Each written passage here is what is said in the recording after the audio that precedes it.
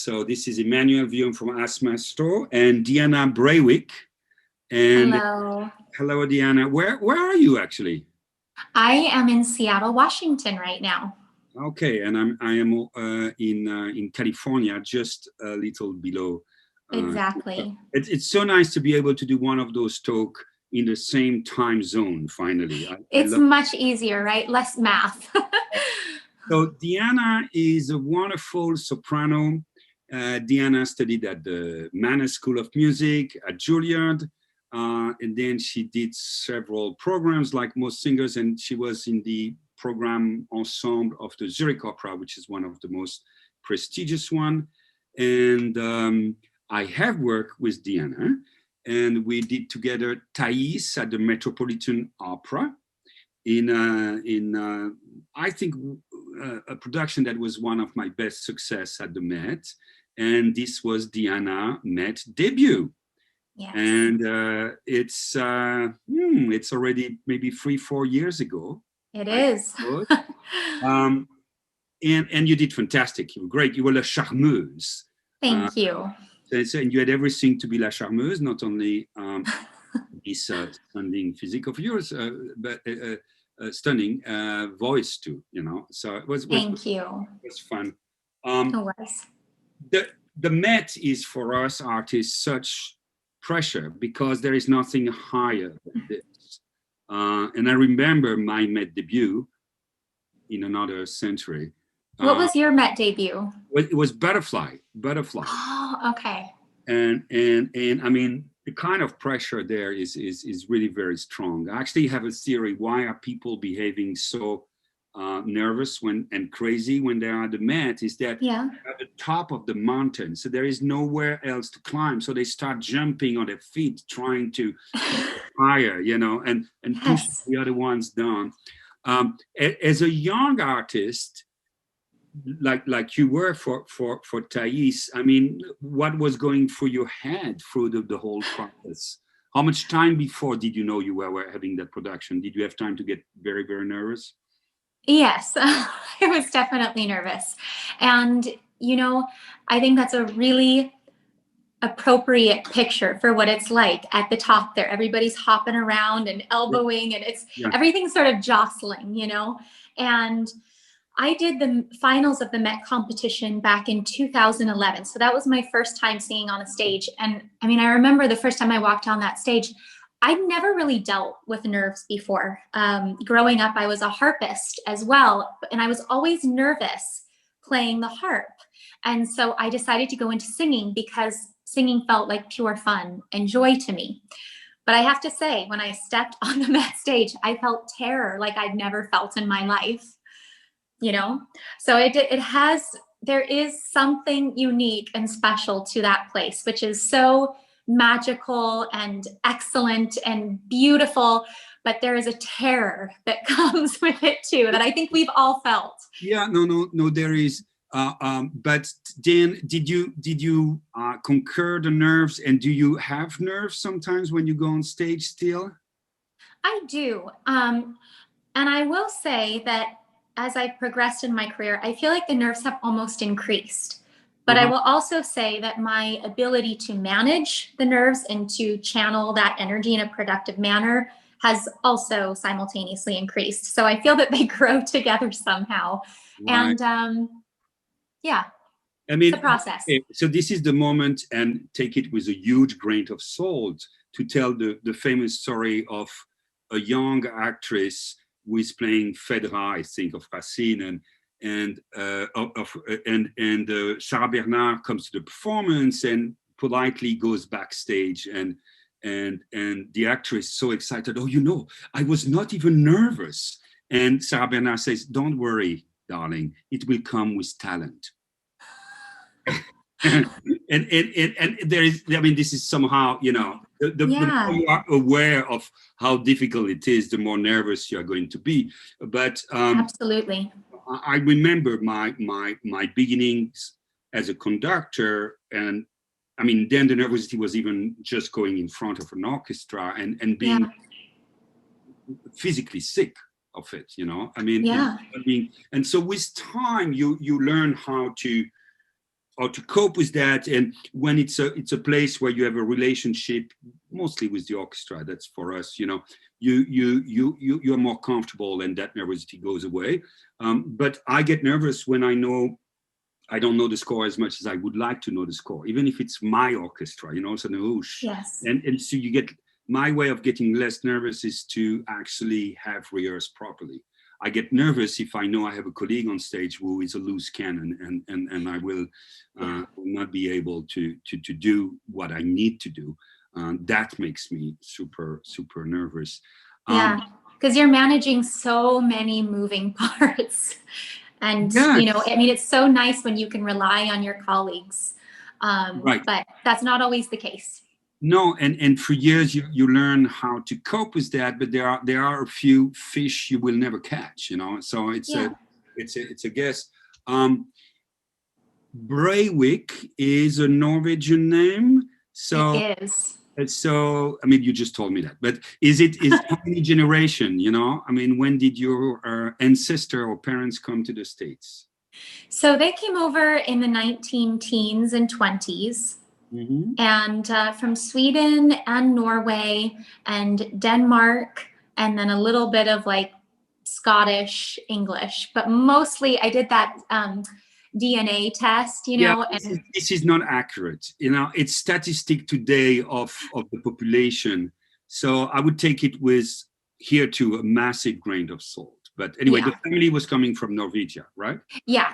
The name is from Norway, and it's actually a botched spelling because they wanted it to look more American. So they basically made up the spelling. Right. What's the original spelling? Do you know it? I think it was more like Breiwick, so with a V. And technically that wasn't even our name. I think it was Ellingson, but they were from the area that was by this bay. Right. So they took that name and they changed it. So it's a whole story. Right. All right. Have you sung in Norway? No, not yet, but I'd love to. I visited Norway, and we've kept in contact with our Swedish relatives through the years. So I made a journey to Sweden a few years ago and toured around and connected to my roots. It was really beautiful. Did you feel anything like? Yes, I did. And also, the farm that my great grandfather grew up on is still standing. Mm-hmm. And I was able to go see it, and I was able to see gravestones from ancestors 100, 150, 200 years back. It was a very special experience. Did you feel like you were recognizing something that's yours? At least metaphorically, or you were connecting like really with that past? Yeah, I actually did. And it was, because being from the States, we're this whole melting pot, and it's sort of just specified a part of my identity, and it was very meaningful. Wow, that's beautiful. Are your parents, or were they musicians? My mother is. She's a wonderful pianist, and sometimes we, play and sing together, which is such a gift. And my dad, not at all. He's a businessman. And what was your first connection with music? Growing up, my mom was taking voice lessons at the time, and I used to go with her to her voice lessons. And she actually went to university for vocal performance. So she was a wonderful singer as well. And she got married young and had children young, so she never pursued a career. But growing up, I would accompany her to her voice lessons. I heard her play the piano. And, as a child, I was already singing a lot. And initially, I wanted to get into playing the harp. So I started harp when I was about 6.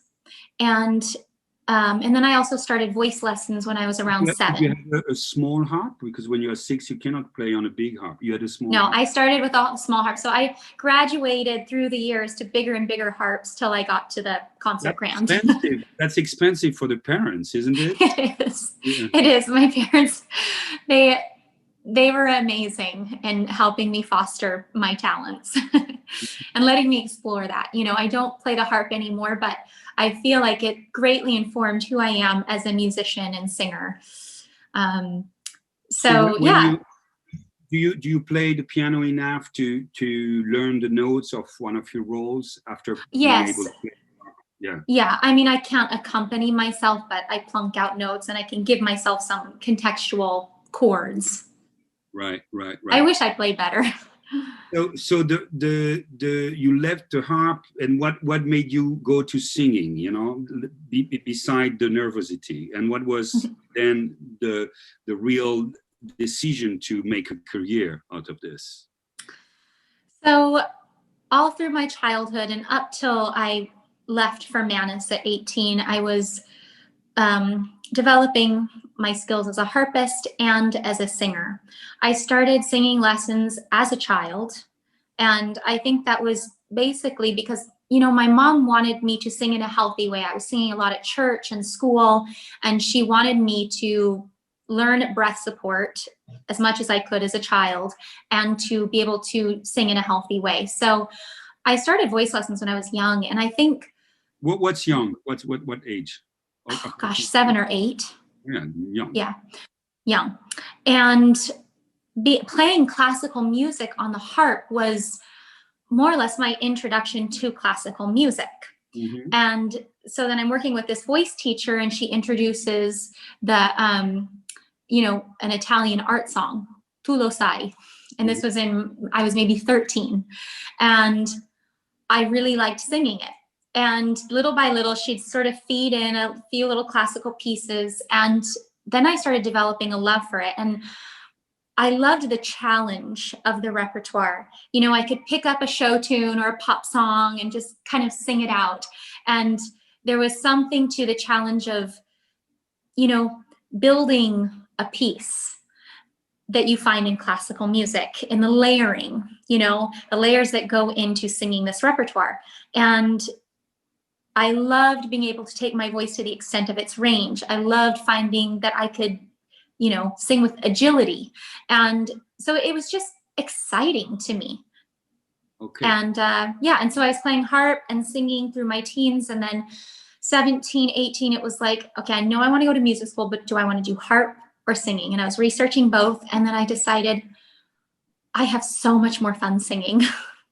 Right, and probably in terms of business, there are more opportunities for a singer with your talent than I mean, I don't know what your talent is as an harpist, but yeah, there is only 1 or 2 harps in any orchestra. Exactly.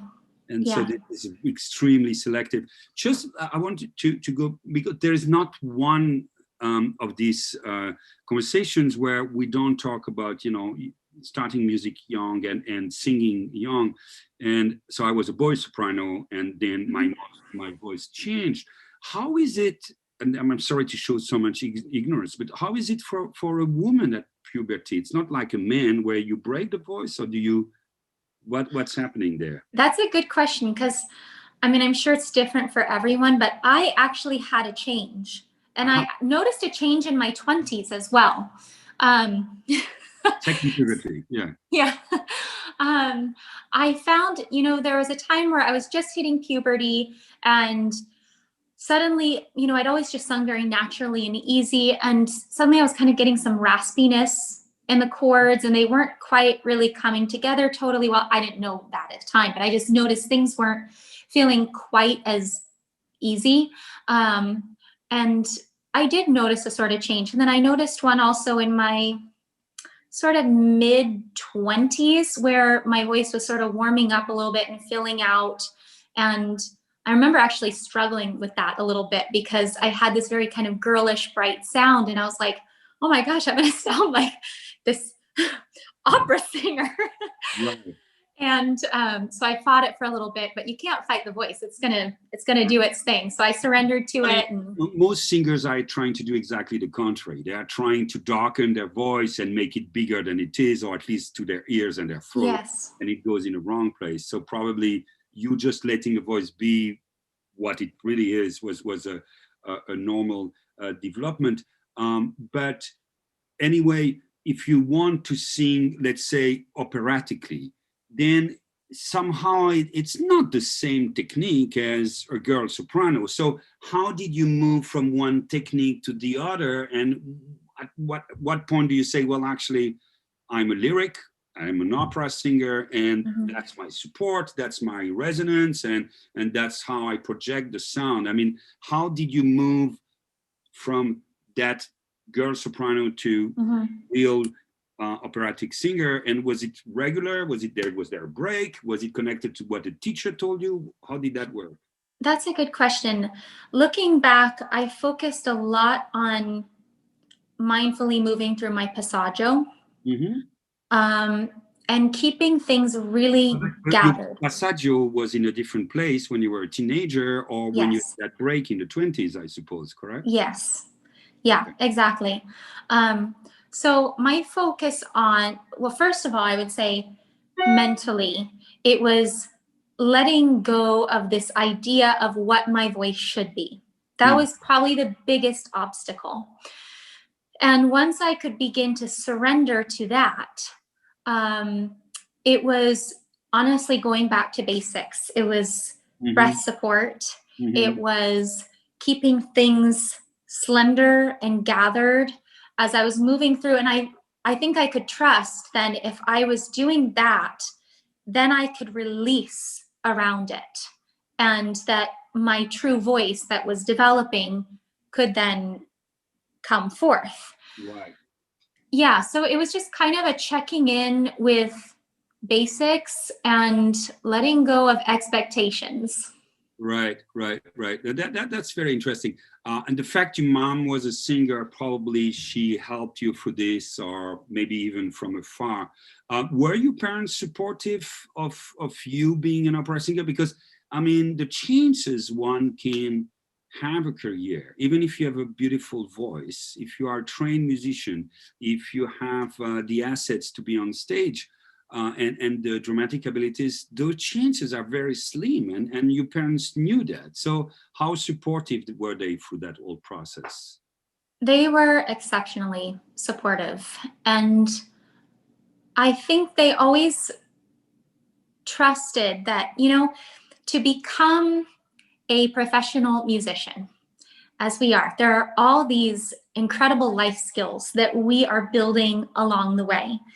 Resilience, overcoming rejection and obstacles, managing your own time, being alone with yourself, self-motivating. There's all these incredible life skills that we have to build to get there. And I think they trusted that in that discipline, that even if it didn't work out, I would have a good set of skills to pivot and perhaps go into something else. Yeah. And when you were at Juilliard, did you do a double cursus with, I mean, did you study anything else during that time? I did not. Did not. Okay. Just singing all my eggs in one basket. Yeah, but that's kind of where I'm going. And you would not be a singer. What would have you liked to be? Ooh.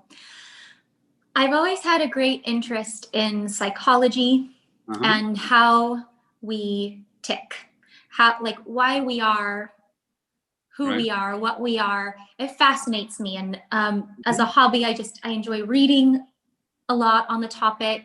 So I think perhaps something in that line with being a psychologist or a life coach, or some career where I could understand people better, understand myself better, and help them understand themselves better. I bet when you have the time and when it's appropriate, you will be an amazing teacher, actually, for all those skills, Thank you. I actually really enjoy teaching. And when I was in my undergrad at Manus, whenever I came home for the summer, I would teach children through the whole summer as a job, singing. And recently, I've done some more teaching, and it is something I really do love and I find fulfilling. That's beautiful. So you were at Manus, you were then in the Juilliard opera program, which I love that program. And then you were in Zurich after this, correct? Yes. So what was the difference between what you were doing in Juilliard and what you were doing in Zurich? Well, Zurich was really getting on my feet. I felt very nurtured at Juilliard. I felt challenged, but also very nurtured. And in Zurich, Brian Ziegler was already there. Yeah, he's wonderful. Amazing. Yeah, and a great mentor for so many singers. Yeah, he is. And even years after Juilliard, he's mentored me on things, and there's always that open door where I can email him and be like, hey, what do you think of this? Or so he's just a wonderful human being. Yeah. So I would say in Zurich it was sort of like getting on my feet. And I did my first year there in the studio as a young artist, and then I went into the ensemble for 2 years. And I felt very well prepared for this from my education at Juilliard, but then there are things in the real world that you can only learn by experience and nothing can prepare you for. I would say some of those, I mean, I've always been prepared with my music and, I show up ready to go. I will say in Zurich, in that system, you're learning so much and you're really working at such a high frequency and many different roles at once sometimes. That was a big adjustment. Just keeping everything straight and also learning how to manage my energy as a singer, learning how to put roles into my body, be learning new roles, be actively performing other roles. That was really challenging. And I learned a lot through that process. You learn to go to the basics, to the essential, and not to indulge maybe in the wrong questions. And I sometimes like to have no time to do something, because then I learn to do things fast. Yeah, and it's then true. the time, when you have the time, then you go also to those pillars of what you need to do, and then you can explore. So it's wonderful training. Was that your first real time in Europe when you went to Zurich, or had you visited Europe before? I had. My parents actually took my sister and I on a couple trips to Europe growing up. Nice. My dad has always been fascinated by history, and he knows a lot, especially about European history and the world wars. And so he wanted to take my sister and I early on so that we could get that exposure. And I am so thankful that he did that, because I went for my first time when I was 11 years old. And I think it gave me a comfort level that when I moved there and when I worked there since, it doesn't feel so foreign to me. I really love being in Europe. I love the quality of life, the people. I think I feel very lucky to have experience here in the States and there, because, every place has its own gifts to offer. No, it is so true. And I live like really literally half of the year in Europe and the other half in the US. And I think I could not live now only in Europe or only in the US. Yeah. I actually spend a lot of time with my European friends, when there is just a hint of US bashing, and there's been some lately, I said, listen, come on, you don't know what you're talking about, because what you are criticizing about US, the correspondent of that in Europe is this and this and this. And the same way in the US, when you find people, who act sometimes very arrogant toward other countries, and I just say, well, maybe you could see this a little different way. But so as a young girl being in Zurich like this, still it's culturally, I mean, you didn't have totally the same repère, the same reference. So did you live with some roommates? Did you have I lived with 2 Swiss girls, and it helped me learn German. One of them refused to speak English with me because she wanted me to learn the language. So nice. I know, awesome. So Did that she really charge you for that? Did she charge you for that? No. Yeah. She was just a lovely, generous person that helped me with my very, very little bit of German. But I grew so much through that. And so, yeah, that was really nice to have that. And I will say, I mean, the first year was very overwhelming. It was my first job, first time I'd really lived abroad. It was incredibly stressful and overwhelming at times. And your parents were not worried or scared a little to see that their girl being there, no? Well, I think at that point they've been conditioned to it. I think the scariest was moving to New York when I was 18. Right. Yeah. But and if they thought you were safe at Juilliard, that they were mistaken. No, right? So yeah, they've always been incredibly supportive, and they made sure to, if they could, to get out once a year to see me. Because I remember my first season there, I did not leave for a solid 11 months. I was so busy that I couldn't head back to the States. And so they came and visited me, and yeah, but it was an incredible experience, and what a place to be in Switzerland. Right. And I mean, yeah, and from Zurich you can go wherever you want in Europe, and you have yes, the Alps, and it's just so stunningly beautiful. How are they? Have you been back to Zurich since then? I have. I've gone back 3 times now for some guest gigs. That's nice. It is nice. It feels like home. Yeah, that is wonderful. And I think most of those houses that have very good programs, they are very faithful to their yes, former students or young ensemble partners. What is your repertoire today? What are the roles that you feel fit your voice and your abilities on any stage? Okay. Well, I love singing baroque. Uh-huh. That for me is just like, it fits like a glove. It feels easy. It sings itself in me. And I do more baroque in Europe than I do in the States. Why is that? Is it a branding issue? Is it the size of the houses, or it's also because we do less baroque in the States? I think it's probably because we do less baroque here. It really seems to be thriving in Europe, and I find they're doing really, cutting edge kind of productions with that music, and I've done even some really early baroque, and then a little like Renaissance music. So I do like that early repertoire. Yeah, I think you did. Well, that's not that early, but you did even earlier. Handel with Christie, right? With yes, Christie. yes. Yeah, we did a couple things together.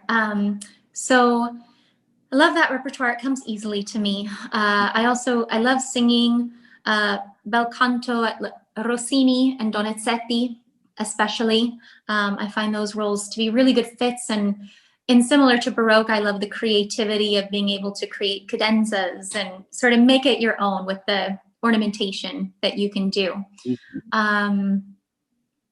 Let's see. Yeah, those are probably contemporary. I do like too. Singing contemporary, and especially world premieres, because I mean, so good to shape a role, for the first time ever. Right. When you sing baroque music, especially very early baroque music, do you change the way you project your voice? Do you try to have a straighter sound and a different way of treating the phrases? How does that work? I actually so my voice naturally is pretty clear in its quality. So I like to sing it with my true voice as I would sing something else. Sometimes the conductor will ask for total straight tone. Mm-hmm. And that to me is challenging to do. And I found a way to do it where I don't stress my voice, but it's something I have to focus on. And I love it when I can just release my voice into a phrase, into a song. Actually, the fact you started very young singing and you were aware of your technique, that might help you through that process, because somehow it's asking you to produce a voice probably more the way you were producing it when you were younger. Exactly. To get rid of that vibrato. Yeah. Exactly. Yeah. What do we know about the singer technique in the Baroque time? And actually, I'm sure it was different in Spain than it was in the Netherlands and in France, Yes. and it changed from, you know, every decades. No, Yeah. I think, did you you know, you research that? I actually haven't much. I think for me, Mm-hmm. I've thought I want to sing in a healthy way that keeps me, you know, feeling good and producing sound um, in a healthy way. But no, and I should look into that. Right, right. Well, I mean, anyway, you have the conductors to blame if it's wrong, you know. So that's okay. Exactly. uh, No, but it's um, interesting too that you point out even from country to country, because they weren't having the communication and exchange that we have now, you know, where we can yeah, have a more uniform kind of technique or sound. So I'm sure it was all over the place. right. Although they also you know, music was European then, and Hmm. so people would travel, they would exchange Yes. scores. But you're right. I mean, there were definitely schools that were very, very Yeah. had a big identity. Did you're very high soprano. You can Hmm. sing very high. Did that ambitus? I don't know what the word in English. Did that a possibility Like to sing expand. the span? Yeah. Did it change a lot through time? It has. I mean, in my 20s, it was very, it was, I mean, it was easier to really go up high. And I had, you know, I had learned Serpinetta, Zaria, Blondchen. So even with the E. And I found though by my mid 20s, late 20s, it was kind of like there was warmth in the middle where I felt like that wasn't my rep. I felt like I had to cut out some warmth in the middle to actually get up there To let successfully. yeah. So that was my voice telling me that that was not my rep. So I consider myself a lyric with an extension. I can easily go up there, but I don't like to live up there like a coloratura. You don't know, and I think this is correct. I mean, you can do it, but this is not where home is. Yeah. Um, Exactly. yeah.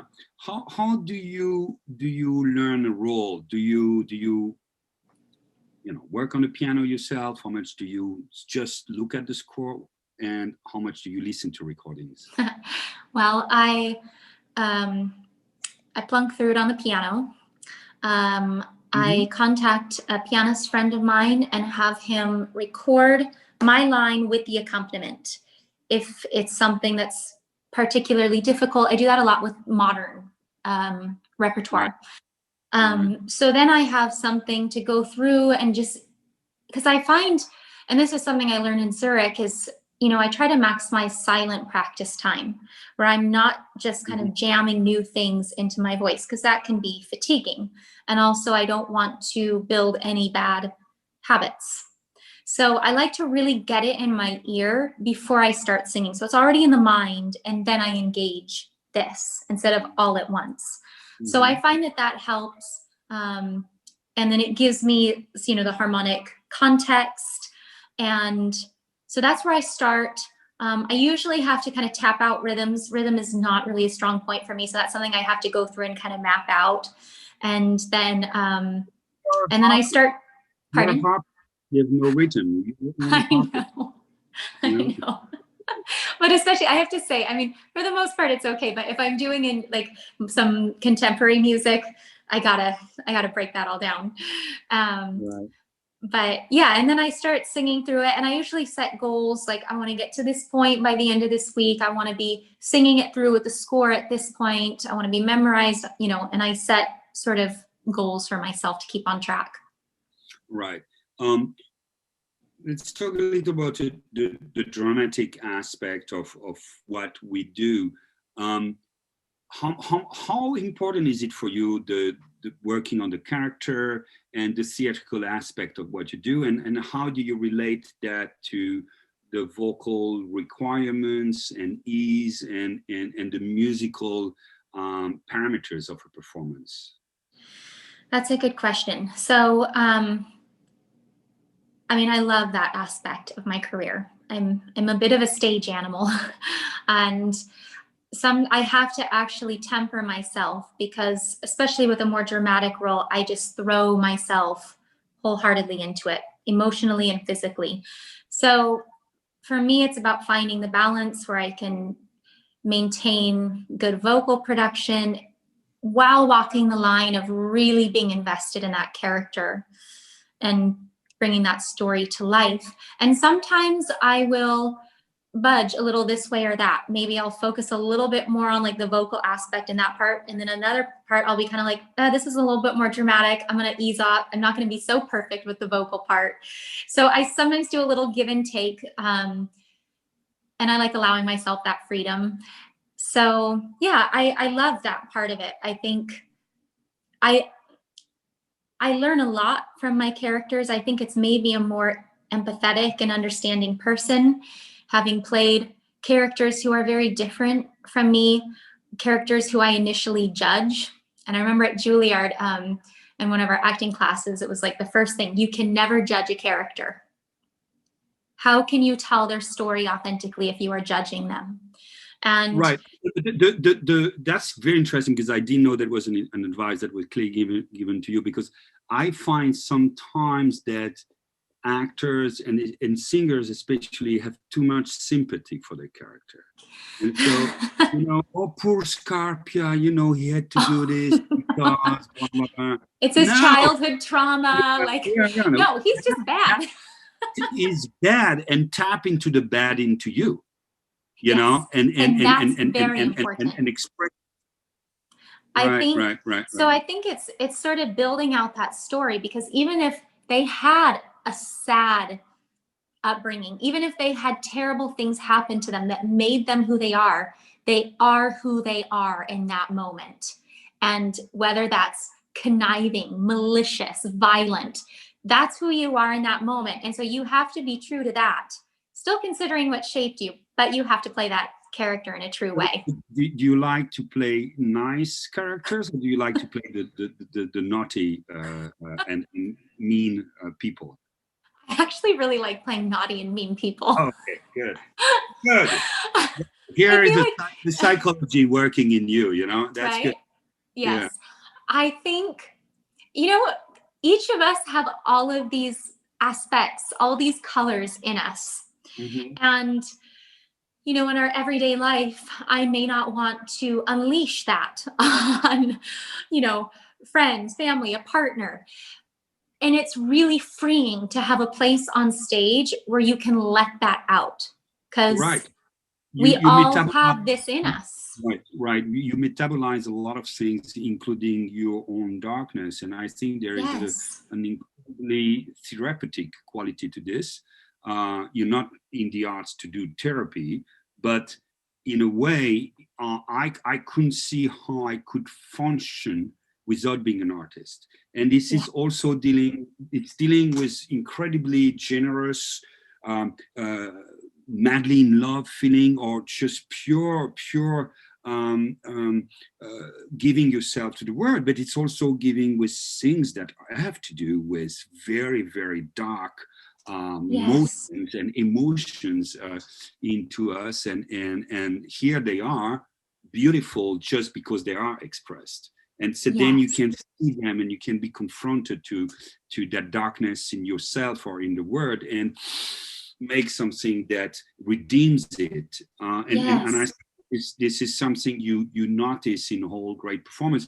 And I'm sometimes scared when I see the nicest people, backstage and or in real life. I mean, really so nice. And then they show stuff on stage and say, whoa, where is that coming from? Where is that coming from? Yeah. And I think, I love what you said. It's like, how can, once we've tasted this, I don't even know how I could survive without being an artist, and it's something that's always part of us. And I think it helps us, knowing the darkness, we befriend ourselves. Right, right, and that's why it's kind of hard in this pandemic time to stay true to ourselves. And so, Yes. how did you cope with the pandemic? What did you do? How did you have exercise? Did you have a routine? Yes. I mean, it's been nice to have time to devote to other interests. So I've been doing that. I became trained and certified as a yoga teacher last year because I had the time for it. Wow. And so I've developed that practice in my life, which has been hugely fulfilling. And I would say I sing every day, 6 days a week, usually. And you know, for a while it was a bit of a struggle as jobs were being canceled and still are being canceled. And as you're watching sort of the world fall apart. And there were some times where I actually had to step away a little bit and just regroup. But I will say I've tried to keep that discipline of singing in my life. And whenever I'm done singing, I always feel happier. It's a part of me that when I'm tending to it, I feel more myself. So not only do I want to stay on my game and come out of this time still singing well and singing better, hopefully, but it's part of who I am. It's a passion, and I want to stay connected to that. Right. Well, this is beautifully said, and Deanna, that's one of the things I like about these conversations is that I get to know my colleagues more, and I know you are going to have a spectacular career, and Thank you. so that psychologist career will be in another life, or yes, in my next life. in next life. If you don't transform into a flower or an animal, and I can't wait to be working with you. Yes. When we are done with this very, very trying times for all of us. Thank you so much for the time, Thank Deanna. you. This was a pleasure. Thank you so much.